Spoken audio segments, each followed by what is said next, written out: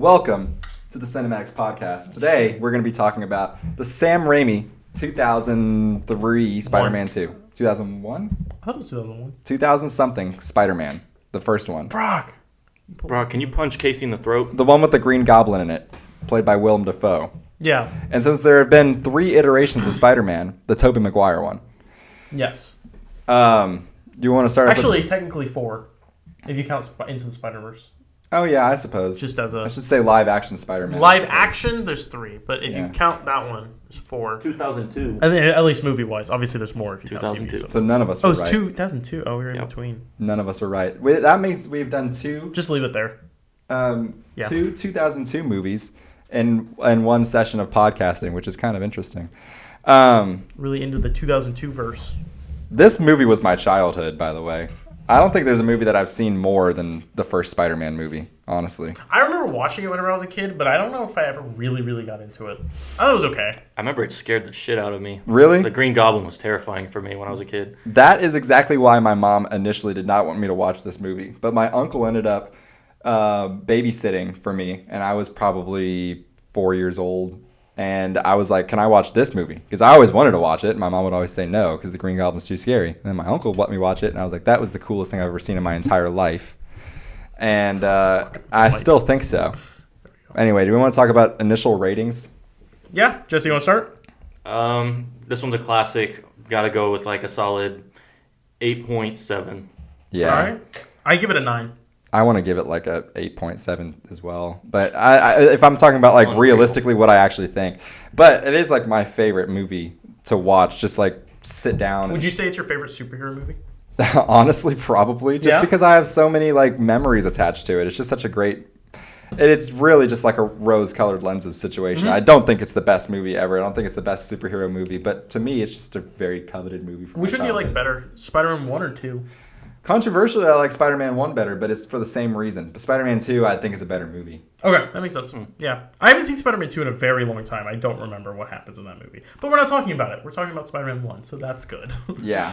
So, the standouts in this movie for me is Willem Dafoe. Mm-hmm. Absolutely. He just like, oh my gosh, this is 2 Willem Dafoe movies in one podcast session as well. But man, like that's when he became like one of, if not my favorite actors. Yeah, he does an excellent job 100%. being insane. Yeah, once I figured out who he was, then he was like, dang, well, that's my favorite actor right there. Yeah, and I love Willem Dafoe. It's kind of a funny movie for him, in my opinion, though. It's kind of a funny movie in general. Yeah, I would agree with that. Comedy in it, for sure. There's Mary Jane almost gets raped, so that happens. Whoa. That wasn't funny. You always want to drop the bombs, Casey. What the hell? We're 3 minutes into this podcast. We're talking about rape. It's unbelievable. It's true. Wow. I don't know what to tell you. I mean, everyone. It's right before the upside down kissing scene. Yeah, no. The really iconic upside down kissing scene. Yeah. I must have got her going.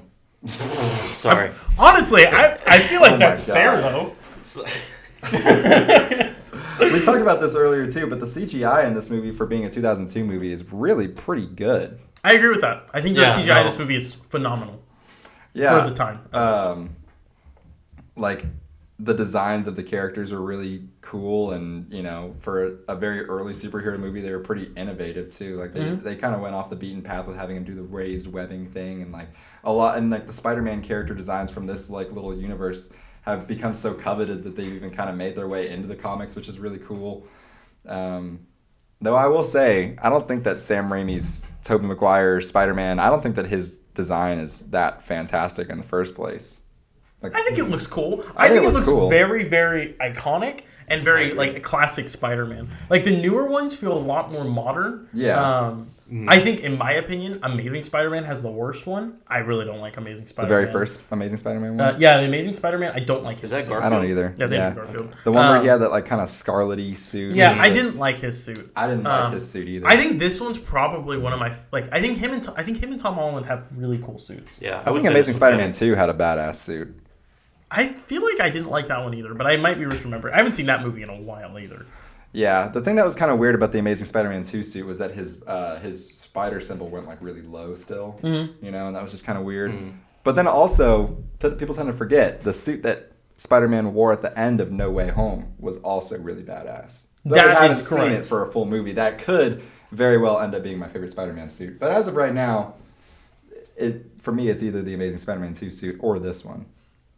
Fair. Yeah, that's fair. Yeah, I feel like suit design. I loved the Green Goblin look. I thought he looked really, really cool. Mm-hmm. Everything about him, like his flying jet, his like Green Goblin, just whole suit. I thought Foam just closets. Those were hard. The foams, yeah, he's wearing them foams. This is some real New York shit.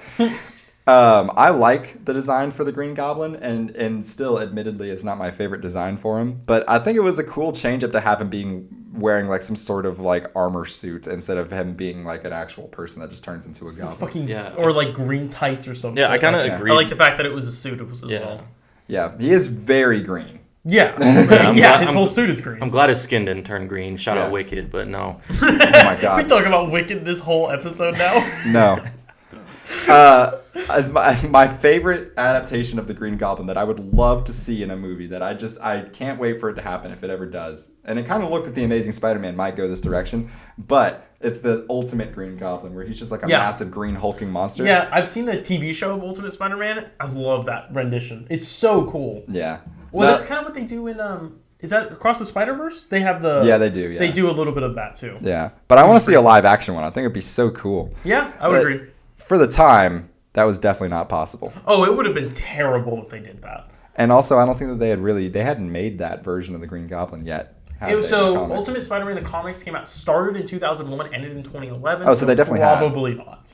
Well, no, I mean how they wouldn't early have had was it time to adapt it. How early was it that? Because it was 2000. It started in 2001. Green Goblin is like the very first bad guy he fights. In that form too. Yes, but he doesn't. But they probably wouldn't have had time to adapt it then. Yeah, maybe in like the not. third movie. Yeah, but still, I would love to see that be adapted at some point. I would agree with that. I think it'd be cool. Yeah, I think what's really awesome about these Sam Raimi Spider-Man movies is that it really did set the the precedent for how you make a superhero movie with a captivating villain, because you get just as much of Norman Osborn as you do of Peter Parker in this movie. Yeah, and they're kind of conceived into their superhero supervillain counterparts at the same time and in the movie, and they develop at the same time and they cross paths a lot, and you see that same thing happen a lot in superhero movies now, where it's like the supervillain becomes a supervillain at the same time the superhero becomes one, and you get just as much of them kind of ping-ponging back and forth off of each other until the movie ends, which it's a great structure.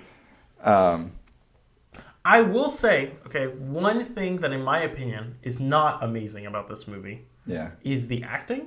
Yeah. Other than William Dafoe. I love how bad it is. Tobey Maguire, MJ, Harry, none of them I felt like were very good actors. Oh, no, absolutely not. To William Dafoe, I think he does an excellent job. The whole movie. No one else does. The whole movie just felt awkward. I agree. Dialogue-wise. I feel like it had its charm because of that. Mm-hmm. Yeah. I mean, that's fair. Yeah. I still gave it an 8. It's still an amazing movie. The acting was pretty shit. Yeah, no, it is. Comparatively, to Signs, which had, in my opinion, amazing acting. Yeah. Yeah.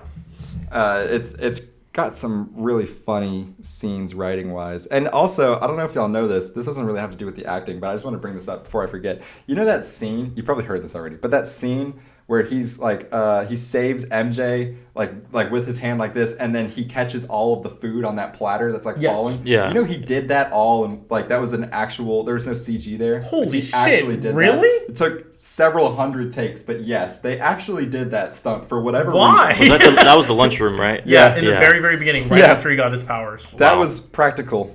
For whatever reason. That's crazy. I didn't know that. They actually did crazy that why would they do it practical? I mean, it looked cool. Oh, and also the spider that bit him is an actual painted spider.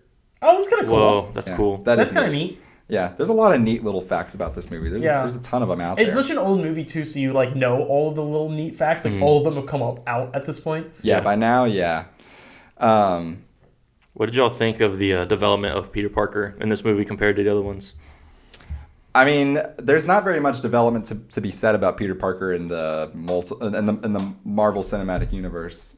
He doesn't really, in his origin story. Mm-hmm. Well, yeah, because you don't see it. Yeah, and I liked that for the MCU because you've seen it so many times. It so many times, but I think that out of all of the 3 Spider-Man adaptations that we've seen in live action, he does have the most well-rounded character development, especially by the 3rd movie. You know, I agree. Because he is always central to the plot. As much as people want to say that, like, you know, he was a better Peter and then Andrew was a better Spider-Man or whatever, you know. But like, I think that his actual arc that he goes through of like learning is, you know, better than the other adaptations. Mm-hmm. Yeah, I would agree with that. He has a really good character arc. Specifically, like, at least Peter Parker wise, he his like doesn't want to do anything, only kind of like not very confident at all, doesn't want to ask Mary Jane out, doesn't want to do anything like that. But then obviously by the end of the movie, he starts dating her and all of that. Turns so, like, into Mr. Studio Girl. Yeah, a little bit more of a confidence type of thing because of Spider-Man, to be honest with you. Literally took Harry's like everything. Like, you gotta feel so bad for Harry. Oh, to be clear, I don't. You don't? No, because he's such a dick. Because Harry takes it from him in the first place. Harry, imagine, okay, you really, really like a girl, okay? Mm-hmm. Then I come out of... I know this, too. I've been friends with you for a very long time. I've known this the entire time.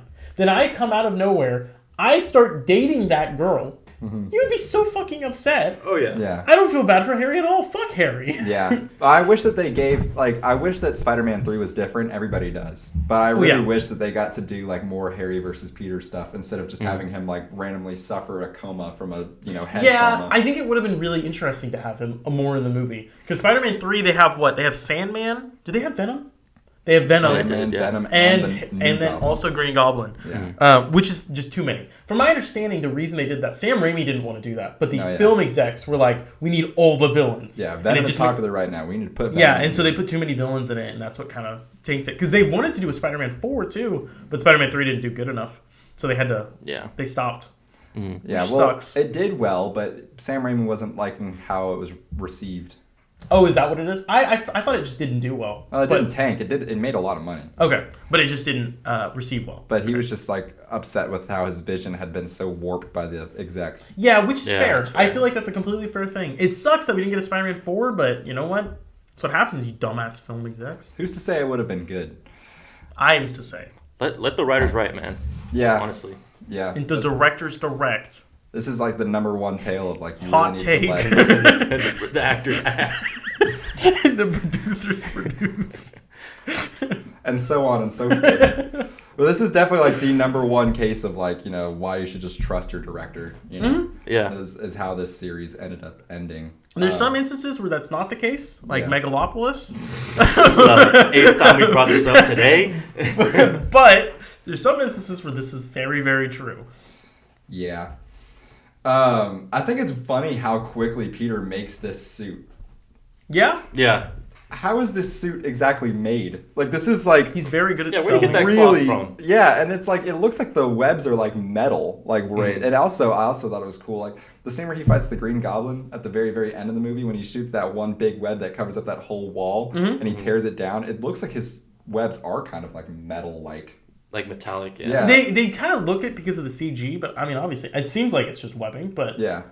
I don't know. I think it's really cool. They tried to go for this more menacing, like, you know, big design of Spider-Man. When, you know, I kind of at the time we were at this like turning point where people were making Spider-Man like increasingly skinny and young. But Spider-Man used to kind of be a fucking tank in the comics. I'm glad that they made him a little bit bulkier. Yeah, I like that because like now he's a little skinny. Teenager, bitch. Like you said, look for lack of. I could take him on, like, God. Yeah. I'm so like I feel like they need to bring back buff Spider-Man because he can be really cool in the comics, especially. I will say the one thing that I think other Spider-Man movies did better is, and they did do this a little bit, but I like in other Spider-Mans, like, especially like No Way Home, or the Tom Holland one, is the quips. I wish he had a little bit more quips. He's very serious in this movie. He is very serious. I wish he was a little bit more comedic. He's not very funny at all in this movie, come to think of it. There's like a few... He has a couple. There's the scene... Oh, my favorite one-liner in the whole movie is when he's fighting the wrestler. And he's like, that's a cute outfit. Did your husband make it for you? I love that scene so much. And then he proceeds to just beat his ass. Yeah, completely. Yeah. I mean, the Uncle Ben thing was done better than it ever probably will be done in this movie. Probably because we beat it to death. Yeah. Having the I'm glad they didn't show it in the newest one. Like, that would have been... Uncle Ben. Uncle Ben. Oh, no. But we got to see the whole thing happen with Tony, and that kind of took its place. Mm-hmm. Though it seems like he doesn't really care about Uncle Ben in the new series, which is why a lot of people don't like it. Well, I feel like Tony kind of took his place, and it was almost as if there wasn't an Uncle Ben, and it was just Aunt May, and then Aunt May is the Uncle Ben. It's that so weird. They she keep died. taking things from this character, trying to like make from the new Spider-Man to make people resonate with him more, but they just don't like how much they've changed the story. Yeah. Because so many people just find the Tom Holland Spider-Man unlikable at this point. Which is insane to me because I love the Tom Holland Spider-Man. Hot take. I liked it. No, I liked No, it too. is that a hot take? A lot I of people enjoyed don't it. like him. Really? I didn't know I that. like him. I really like the Tom Holland. Don't get me wrong. In my feel opinion, bad for him. I think Yeah. Into the Spider-Verse is the best version of Spider-Man movies. But if Yeah. you're going live action, I think Tom Holland's probably my favorite. I think that like the really the defining thing about these Sam Raimi movies is really the way that he creates the villains, because you feel bad for the villains. Yeah. And you get to empathize with the villains. This one, I think, maybe not quite as much. You don't really empathize with Norman. I mean, they took his career from him and all, And then he kills an entire board of directors. But A he kind really of, just- weirdly enough, little topical with the killing of the CEO healthcare guy. I feel like we're grasping for straws. Yeah. I mean, I'm just saying, a whole bunch of CEOs or board directors died. Kind of similar.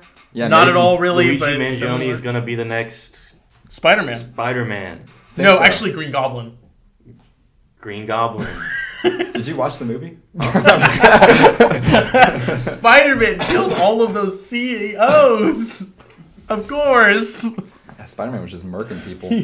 He really did beat the crap out of some people in this movie Beat too. the though. brakes off some people. Yeah, oh my god. He brutally beat the shit out of the Green Goblin. I forgot how brutal this movie actually is sometimes too. The final fight scene with the Green Goblin, I mean, like, it's pretty brutal. Spider-Man gets demolished. In Yeah, that, he does. Though, like Until he says something about his Mary Jane. He's going to torture Mary Jane and kill her. yeah, but then he also said something about you were like a son to me, and he was like, I had a father. Oh, yeah. And then he beats the crap out of him. But yeah, and another thing that's really funny about these Sam Raimi movies is that he always like ends up getting his mask tattered so that you can see his like facial acting a little bit more. But he always comes back with a brand new costume that always looks the exact same. And how the fuck is he making this suit? Yeah. It does not look like something that could just be easily made. But And it's not like he can go to someone. he got bit by a spider, decided that he should be the Spider-Man, makes a sketch of it, and the next day pops out, and that fit exactly. Honestly, I didn't even think about that, but you're absolutely true. What's going on in that shed, man? Like, what has he got? Tony Stark's Maybe like, it's the costume. webbing. Maybe his costume is made out of the webbing. That's an interesting idea. Oh, And he just painted it. Paints it. Yeah. Like- And it like hardens. Oh. You're losing me here. Well, how else would it go around? It's like a full body cast. Yeah, like Have y'all seen Tobey Maguire's like what was it, like they did like a shoot to like test what he would look like as Spider-Man, doing like some choreography that was like kind of Spider-Man like. Mm-hmm. Have y'all seen that where he's like beating up like these like goons that they had like run at him and stuff? It's fantastic. I mean, it's like Tobey Maguire seemed like a weird pick for a lot of people. Like I remember hearing that like people were kind of like skeptical about like how good Tobey Maguire would really do as Spider-Man, but like man, he must have really loved this character because he had a full body transformation for real. yeah. Yeah. Like he's ripped in this movie. He did a good job. Like I said, the acting wasn't good, but I Yeah. would say everything else he did a very good job. His As Spider-Man was good. Yeah, choreography Yeah. wise, everything like that, I thought it was excellent. Yeah, there's some really great fight scenes in, Mm-hmm. in this movie and in the Spider-Man movies alike. And I think one of my favorite sequences in this entire movie is the one where the Green Goblin is like inside of that burning building with That's the baby. exactly what I was thinking about. Yeah. My favorite sequence in the entire movie. It really just drives home how terrifying the Green Goblin is. He's freaky in Mm-hmm. He this is. movie. All the throne stars coming at him and everything Yeah. like that. Like that was super duper cool. I loved like seeing the flips and everything like that. Like that was really well done CGI wise too. That looked super duper good. Looks super Yeah. real, yeah. Especially for 2002. Oh, 100%. Comparing to Well, Science. compared to Marvel movies, it's really Yeah. good. Yeah. Yeah. yeah. Black Widow, if I name a few. One. Doctor Strange, evil Doctor Strange. Yeah, some of those later MCU movies, it was like, man, where did the CGI go? Yeah. Sometimes it feels like it's gotten worse. Yeah. I agree. Shit, where was I going to go with that? It just left my head. Oh, yeah. I always also thought that the scene where the Green Goblin, like, captures Spider-Man and tries to talk some sense into him to, like, becoming to work with him. I always think that scene is really funny. Just, like, he's, like, sedated, just, like, talking to him, walking around in that goofy-ass green costume. Like, I really do think that the Green Goblin's costume is kind of goofy in this movie. Oh, yeah. But Yeah. it is scary. It's a little comical, but I think it's still pretty scary. I think It it's still fits. done really, really well. Yeah, I mean, it's a conversation that Spider-Man would have with a bad guy in a comic, It's like, the movie feels like a comic panel. It does. I would agree with that. More so than the second and third movie by a good margin. Mm-hmm. It feels very. This movie felt a lot more grounded in terms of Spider-Man movies. This feels like the most grounded Spider-Man film. Yeah, which I kind of like. Spider-Man 2 is probably the most grounded.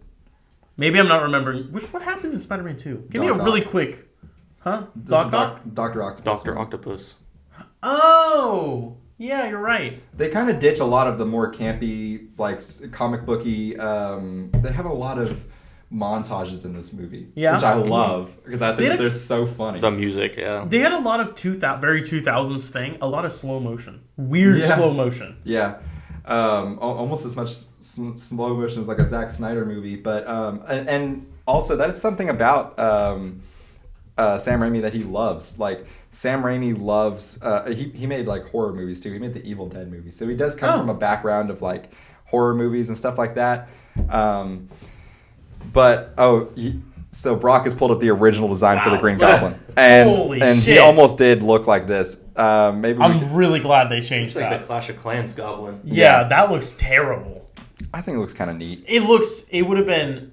I wouldn't have liked that in the movie. But I'm happy with what they went with. I'm really happy with what they went for. I like the armor. Yeah, the armor looks way better. They went for a more military instead of a rubber mask. Yeah, exactly. And they made a really cool explanation out of why he would have the military tech and do stuff like that. And make it to where the Norman they got pulled and everything like that. Yeah, and he wanted to get it back. That's why he got pushed all the enhancement drugs and everything like that, which also makes him go insane. It was a fantastic explanation for it all. I don't know if y'all noticed this as well, but I don't keep bringing up that final fight. The final fight with the Green Goblin, when the glider flies like through, and then Spider-Man jumps over it, and it impales the Green Goblin at the very end, like how he dies.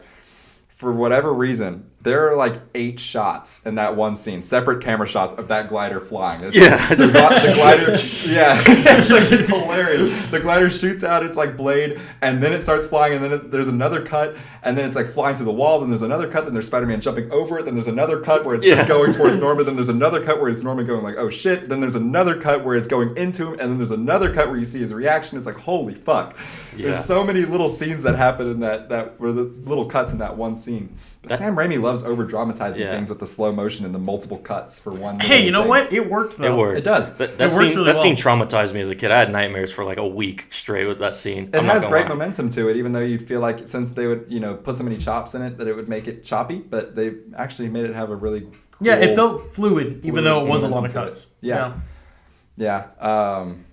It's a real shame that Sam Raimi directed the newest Doctor Strange movie, because like what the hell happened? I didn't know he directed that. He was part of it. Oh, okay. Was he the main guy or no? He was the director. He was the director. Yeah. I did not know that. Now, as I know, they actually changed his vision a lot in that too. Man, Sam Raimi needs to get some fucking balls. He keeps getting cucked over. Holy shit. Put a fucking foot down. Yeah, for real. Or just leave. He just needs to leave more. Just be like, no, fuck you. That's what I see directors doing all the time now. I feel like I constantly see, this director changes. Yeah. And normally the movie's shit by the end because the director changed so much. But so he was actually like a huge Doctor Strange fan. So that's why he didn't want to leave. He had a passion for it. Yeah. Okay. He even mentioned, I think it's in the second Spider-Man that he references him. He referenced, yeah. Mm-hmm. Oh, did he? He referenced Doctor Strange? Yes. How did he reference it? It's in a conversation with Bruce Campbell, isn't it? No, it's J. Jonah Jameson. They're trying to come up with a name for Dr. Octopus. Yeah, and he's like, Doctor Strange. Already exists. Yeah. Oh shit, that's actually pretty. And cool. Doctor Strange also has his little thing in New York too. So like, do you see like the house? No, but comically, yeah, he does have a Sanctum Sanctorum in New York. Well, no, I didn't know if they like actually showed it, and it was like kind of like a background. Fun. Yeah, yeah, because they've done that before in movies. A lot of times, the Sanctum Sanctorum will be in the movie, but it's like just like a really quick shot of it, type of thing. Yeah. No, I don't think that there is one in the Sam Raimi universe, but it would make sense that they would know who Doctor Strange was, given that since he's in New York. Be in New York. Mm-hmm. Yeah. Also, man, I haven't even talked about J.K. Simmons, J. Jonah Jameson. He does a good job. I love J. Jonah Jameson. He's hilarious in these movies. I agree. Hysterical. How do you think he got all those pictures of himself, of Spider-Man? Like, how did Spider-Man take those pictures? Set up a camera with a timer and swing past it. Yeah. The only issue I have with that is the motion blur. I feel like would be really bad. Oh, certainly, yeah, but I mean, because some of those shots look really good. Yeah, great action shots. It's like, man, how did he take these? And then it's crap. mega crap. You know, he just hates them all. It's, $200. I feel, yeah. I mean, You gotta give respect to him too, because he gets attacked by Green Goblin, and he does not give out the fact that Peter Parker is the one that's been giving him. yeah, and you know, I got to the part. I've been watching this. I've been watching Comic Historian cover the Ultimate Spider-Man comics because it's just like one of my favorite comic runs of Spider-Man. And there's a scene during when Magneto, I think, is the one that conjures up a massive tsunami that just engulfs all of New York, and Spider-Man's one of the only ones that lives, and he's just like jumping through, like trying to take a bunch of people out of the water and save them. And J. Jonah Jameson actually has a change of heart when he sees it happen. Not in this continuity. Fuck all that. he sees the Green Goblin try to kill him. Spider-Man saves him. He's like, he's still a menace. Fuck that guy. Actually unbelievable that he didn't have a change of heart. But it would have been a little too early for him to. Yeah. Given Does he this ever have a first change of movie. heart in these movies? In Spider-Man 2, he gets his suit. Remember? When Oh, yes, I Spider-Man do. quits, and he shows that he secretly has some sort of like love for him, and he puts on. In his deleted scene, he even puts on the suit and jumps on his desk and starts doing that. But that got deleted. But he does secretly have some sort of admiration for Spider-Man. He does recognize that he is actually a good guy. But it's probably in the similar sense to, like, if we were to rate every single movie that we talked about that was good and rate them like a 1 and try to get some sort of publicity off of that, it's probably the same sort of principle. Yeah, he's Rage just basically baiting. trying to rage bait. He's rage baiting in 2002. Yeah, 2002 rage fucking bait. believable. But yeah. Yeah. Hey, you know what? It's clearly working because he is a big ass newspaper. Yeah, He knows what he's doing. Yeah, the Daily Bugle. Everybody's heard of it. Everybody reads it. Hell, Spider-Man I've saved heard a of the baby. Daily Bugle. Yeah. What a piece of shit. Let's talk about the fact that Spider-Man saved that baby, and what did you do with him afterwards? Yeah, Like, how do you make that sound bad? where did that baby end up? I don't know how people could actually start believing Spider-Man was a menace in this scenario. Well, it's a vigilante, Yeah, he is. right? A Like vigilante. vigilantes are most of the time probably bad. Yeah, but like they see him doing good all the time, you know. Like if we want to talk about the Luigi guy, you know, we all know that he's. I mean, what do y'all think? Do y'all think He's that obviously a terrible person okay? and probably insane. I know, I agree with you there, But do you think it was him? but now, if, Yes. but if this Luigi fellow was like swinging around on webs and saving babies instead of killing CEOs, do you really think that the news would be able to make him a bad guy? I mean, if you. I guess that's a valid point. He never killed anyone. He captures criminals. He doesn't kill them, and then he That's also. Yeah, I guess that's a good point. It's like if Punisher was real, that would be kind of like a obviously Everybody like would see him everyone as a would see bad him guy. as bad guy. Yeah. But like since it's Spider-Man, he doesn't kill anybody. He only saves people. All of that. Like I guess it's pretty different. Yeah, I don't know. It'd be hard to paint him out as a bad guy. Yet I bet you they would be able to. You think so? 100%. Maybe when he got They that could black just suit make on and started doing lies. them corny ass dances. They could just do lies. Yeah, they can lie like they're lying can about lie. Donald Trump and making him a felon. And they can lie about how, people think that Donald Trump's not a felon. See? Yeah. Literally. Literally.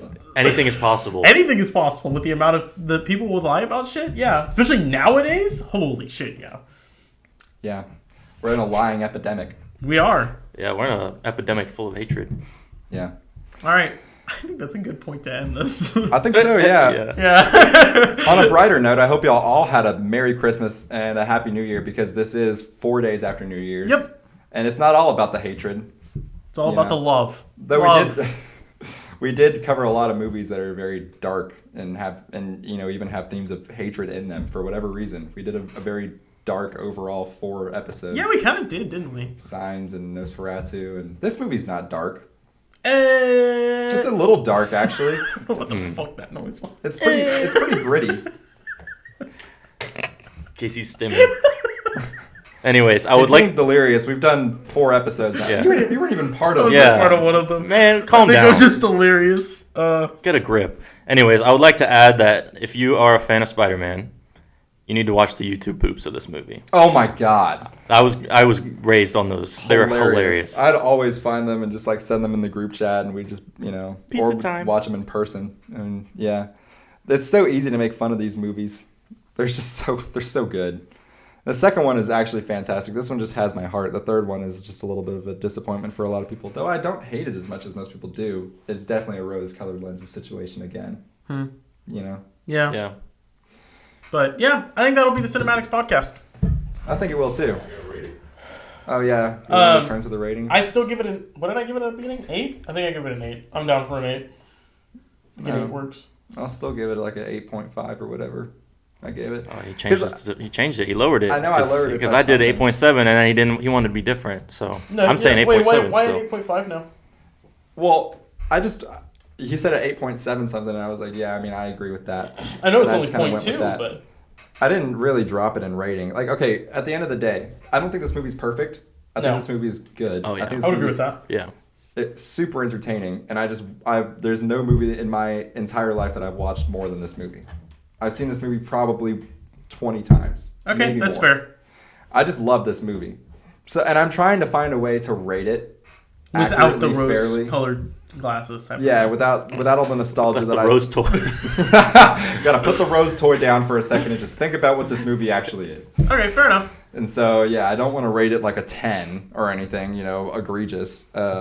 But I think that the movie is deserving of something like an 8.5. All right. Yeah, that's fair. Well, we've been the Cinematics Podcast. I've been Casey. I've been Connor. I've been Jesse. And go watch the news.